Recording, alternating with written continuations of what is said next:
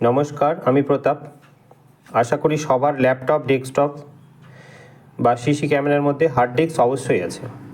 তো সেই hard disk আমরা আজকে ওপেন করে দেখব। আমি স্ক্রুগুলো খুলে নিলাম। এবার হার্ড ডিস্কটা ওপেন করব। খুব শক্ত করে লাগানো থাকে, এটা এয়ার টাইট করা থাকে, ডাস্ট প্রুফ থাকে এটা। হ্যাঁ, তো নর্মাল ভালো হার্ড ডিস্ক কেউ খোলার চেষ্টা করবে না, নাহলে হার্ড ডিস্ক খারাপ হয়ে যাবে। হার্ড ডিস্ক খুলতে হয় না। এটা আমার খারাপ হয়ে গেছে। এর ভেতরের জিনিসগুলো আমি দেখাবো কী কী থাকে। এটা হচ্ছে রিড রাইট হেড। এখন যেটা স্ক্রু দিয়ে দেখতে পাচ্ছ খুলছি, এটা রিড রাইট হেডের স্ক্রু দিয়ে টাইট করা আছে।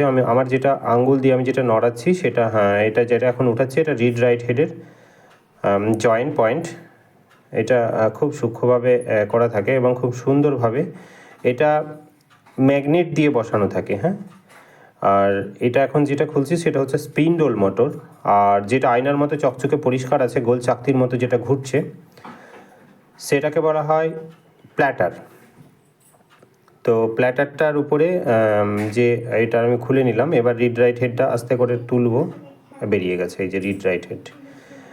এবার ম্যাগনেটটি বের করব আমরা। এখানে দুটো ম্যাগনেট থাকে, আমরা এই ম্যাগনেটটা বের করে নিলাম। স্পিন্ডল মোটরটা দেখতে পাচ্ছ তোমরা, মধ্যেখানে বসে আছে।